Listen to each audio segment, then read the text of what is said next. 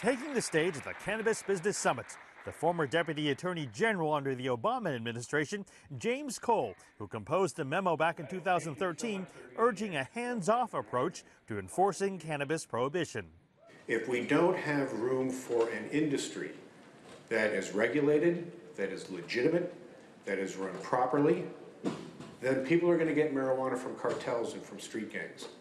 So far, 9 U.S. states and Washington, D.C. have legalized cannabis for adult use and 30 for medical use.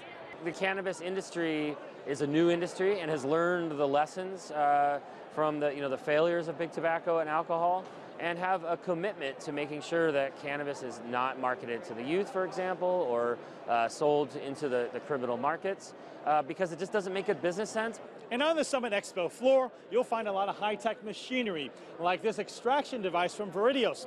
It can actually extract 85% of cannabinoids from the cannabis plant in just 81 minutes. But it's not just high-tech here. There are lawyers here, business advisors, certified public accountants, and even collection agencies ready to take your business. There's a bit of a vacuum happening in the cannabis industry right now. They didn't need any of these ancillary services under prohibition. And now that we've moved into a regulated, legal marketplace, you've got all kinds of businesses that are servicing the cannabis industry that never really thought they'd be participating in this industry.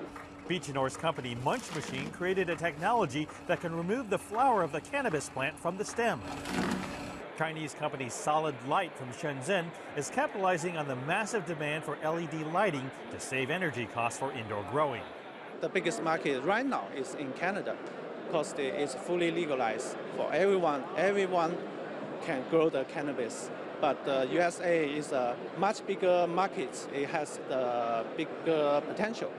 Grower Mark BEEGLE is here selling 11 strains of cannabis products he created, a sharp contrast from his days of living in the shadows and getting arrested.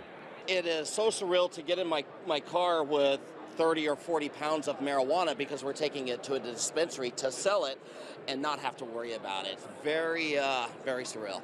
Three Finger Farms' key investor is Mike Connor, who says medical marijuana helped him beat his opioid addiction. He points out that marijuana is still a violation of U.S. federal law, a tough situation for business. You can't run a corporation properly if you can't open a decent bank account with one of the major banks. The National Cannabis Industry Association estimates current cannabis sales at $10 billion annually and believes that could double within the next 3 years.